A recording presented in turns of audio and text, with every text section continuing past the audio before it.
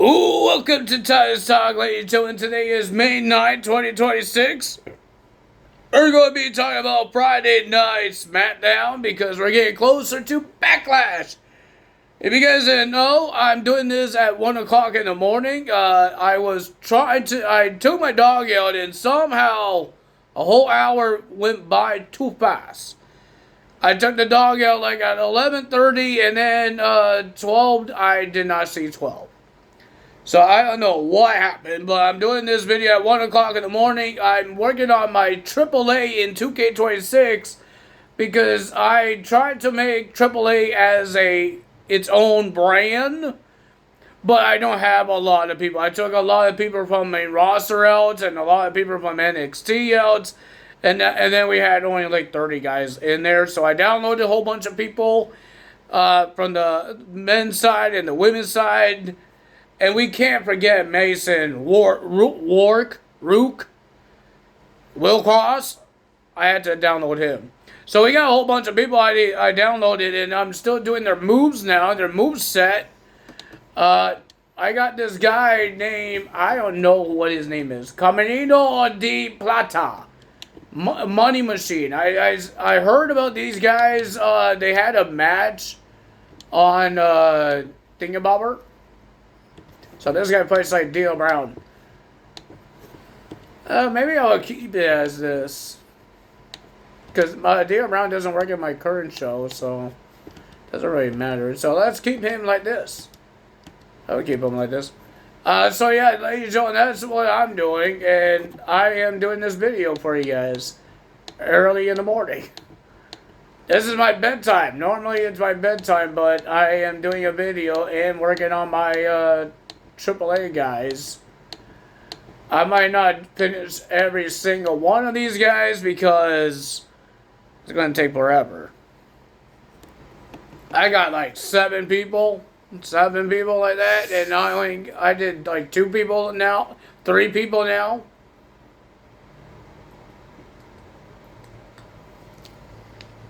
I'm trying to work on my AAA. So I don't know any of these wrestlers.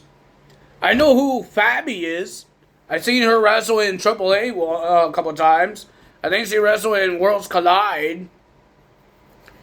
But I like this guy, Garo de Oro. I don't know who this guy is. I thought he was Tiger Mask. But he is not Tiger Mask. He's some weird guy wearing a Tiger Mask. So yeah, so that's what I've been doing. I don't know what you guys been doing. I'm getting ready to watch WWE Backlash. That's supposed to be 6 o'clock in Eastern time, not 1 o'clock in the morning.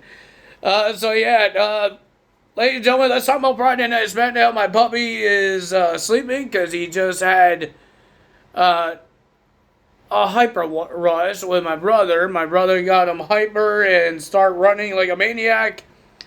And then he tired himself out. So yeah, he's sleeping. We're going to go to bed soon. Me and my puppy over here. We did our 4 walks for the day. We did our 4 walks. That's good. We did, and he did go washroom. We did had a little problem walking this afternoon. He got me mad, and I think it got him mad because we both were pulling each other. It wasn't fun time. But the last 2 walks we got, the evening and the nighttime, it was a little more calm. So that's pretty good. And then we had to do it all over again tomorrow morning. Oh, yay, that's fun. And I remember at 6 o'clock is the time I take him out, and that's when Backlash starts. Thank God it's on Netflix. I can fast forward and rewind. Or pause it. Thank God. And not on ESPN 2 or 1 or app or whatever it's called in the United States. It will confuse me if I had to do that. It would confuse me. Well, ladies and gentlemen, we got Friday Night Smackdown and we got a return. We thought this guy got released because what happened to JC Mateo and Tonga Loa a couple weeks ago from Jacob Pot 2, they got written off TV and they got released. There was another guy that had the same problem. He got taken out by Jacob Fatu on that same night. Tama Tonga. He made his return. I will tell you guys more about that when we get there. We had a funeral for the Gingerbread Man. The whole show, we just had a service for the Gingerbread Man. Everybody's paying their respects, except for Sami Zayn. Sami thinks this is stupid. And no, why we're doing it? It's a it's a costume of a gingerbread man. And they're making fun of Sami Zayn because Trick Williams called him Gingerbread Man.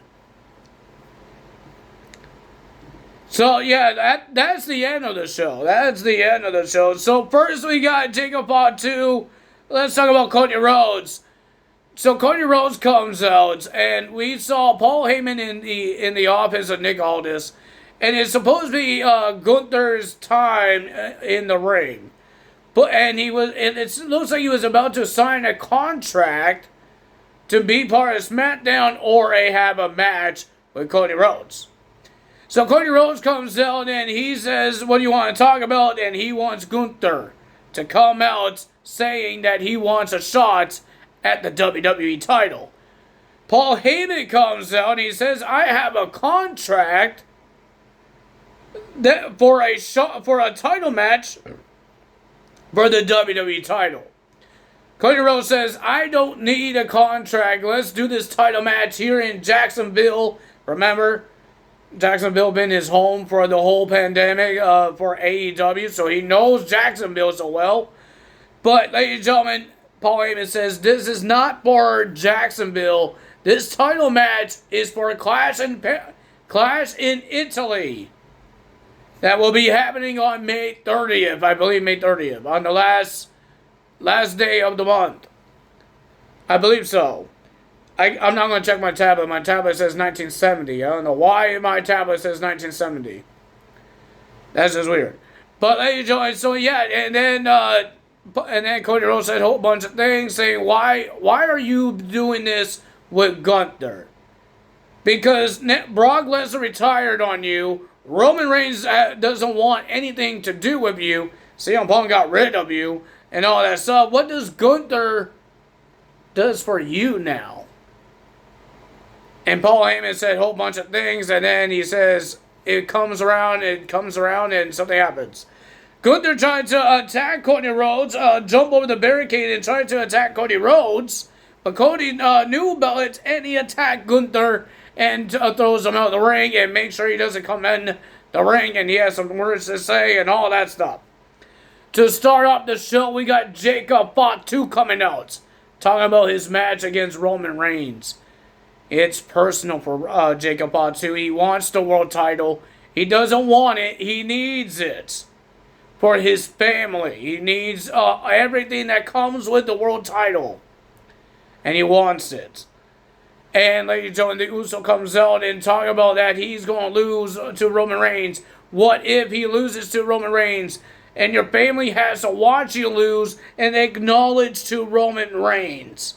And Jacob Fatu says that's not going to happen. And he told to the Usos, if you get involved in this match, he's going to screw up the whole bloodline. The whole family. And Jacob Fatu walks away. Royce Keys told Jacob Fatu, you've never been scared of anything. Don't be scared on Backlash this Saturday. And it looks like Solo tried to put Royce Keys into the MFTs. He says he wants to answer soon, so let's see what happens. So, our first match of the evening, we got Tiffany Stratton versus Kiana James for the Women's United States title. It was a pretty okay match, but the winner of the match was Tiffany Stratton, retains the title. There was a little friction with Kiana James and Julia. I think they're going to break up. Another tag team going to break up? Oh, man. We had Tala Tonga versus Damian Priest, and Damian Priest told R-Truth, you two banged up, so he doesn't want R-Truth to be there because if something happens, he's not going to be happy. So he told R-Truth to stay in the back, and ladies and gentlemen, Damian Priest need help because Tama Tonga comes back, make a distraction. Didn't really work out so well because Solo was trying to do the R-Truth comes out. And then they grab R-Truth, and it was about to do a Samoan Spike. Solo was about to do a Samoan Spike. But Damian Priest shoved Solo into Tama Tonga, but Tama Tonga gets the win. And then it looks like the MFTs was about to attack R-Truth until Royce Keys comes out. And Solo told his team to get out of the ring. He's okay. We don't have to worry about him. But Royce Keys came out to save Damian Priest and R-Truth. Tama Tonga does not trust Royce Keys. Solo says he should join us. He will work good for the MFTs. But Tama Tonga does not trust him. And he says he's going to deal with business. He's going to have a match with Royce Keys. Next, we got Ricky Saints versus Matt Cardona. He had his debut match last week against Cody Rhodes, and he lost. So now he has a match with Matt Cardona, and he finally won the match. Matt Cardona needs to win a match. I feel like he's going to be the next one released because he's not winning anything. Why is he not winning anything? Well, Danhausen still couldn't find a tag team partner. He had a sign-up sheet. Miz and Kit Wilson make fun of it, and because nobody signed the sign-up sheet. So he thought he had a good idea because Kit Wilson says the only person that would team up with Danhausen is Danhausen. He put a mirror in his face, and he says that's a good idea. He took a strand of hair of Brie Bella. He acted like he's a ghost, and he took the hair of Brie Bella. He's trying to clone himself. And he says now he turned on the cloning machine. In 24 hours, he will have his tag team partner. Are we going to see another Danhausen? I have no idea. I know we're supposed to have his partner in 24 hours. But is it going to be another Danhausen? I don't think he has a twin. Next, we got Fatal Influence. We had a whole women's tag team debacle. Everybody wants the tag team titles. Paige and Brie comes out saying that they're giving all the tag teams notice. Nia Jax, Lash Legend, the Judgment Day, and Fatal Influence as well, I guess. And then we just got Lash Legend and Nia Jax attacking Paige and Brie Bella. Yeah, woo. And then ladies and gentlemen, we have Fatal Influence versus Alexa Bliss, Charlotte Flair, and Rhea Ripley. Pretty decent 6-women tag team match. Rhea Ripley and Charlotte Flair had a little problems with each other. But ladies and gentlemen, at the end, the winner of that match was the Fatal Influence because of Jade Cargill attacking Rhea Ripley and not letting Rhea Ripley get a tag. And then, ladies and gentlemen, it looked like Jade Cargill was about to attack Alexa Bliss. Charlotte Flair rolls in the ring, tries to stop Jade until Michin and B-Fab attack Charlotte Flair. Rhea Ripley tried to help as well, but the numbers game was just too much for Rhea Ripley, Charlotte Flair, and Alexa Bliss. Jade Cargill and her little baddies is standing tall. And in our main event, we got Royce Keys versus Tama Tonga. The winner of that match was Royce Keys. And then we had our funeral for the Gingerbread Man. Trick Williams hired a choir. He sang a song. We have a coffin, a casket of the Gingerbread Man. Yeah, I didn't know what the hell I was watching. And then they had a video package of this Gingerbread Man that I did not know this guy is actually a human being. But yeah, and then Sami Zayn stopped and he had a whole bunch of things to say. And then after that, he attacked Trick Williams. And then the Gingerbread Man rised from the dead. He rised out of the casket and he took his head off, and it was Lil Yachty. And attacked Sami Zayn with a Kenny Kane candlestick. And then a trick shot from Trick Williams to take out Sami. And we will see those two in a match tomorrow night. If you guys enjoyed this video, hit the like button, leave a comment below, hit the subscribe button, hit that notification bell, and I will see you guys tomorrow for for WWE's Backlash results.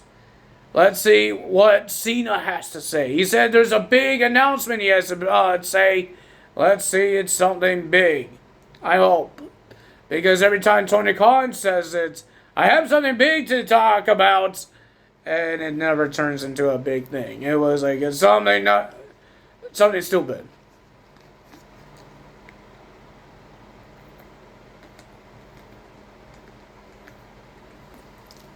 I got pop on my nose. Hey, poppers.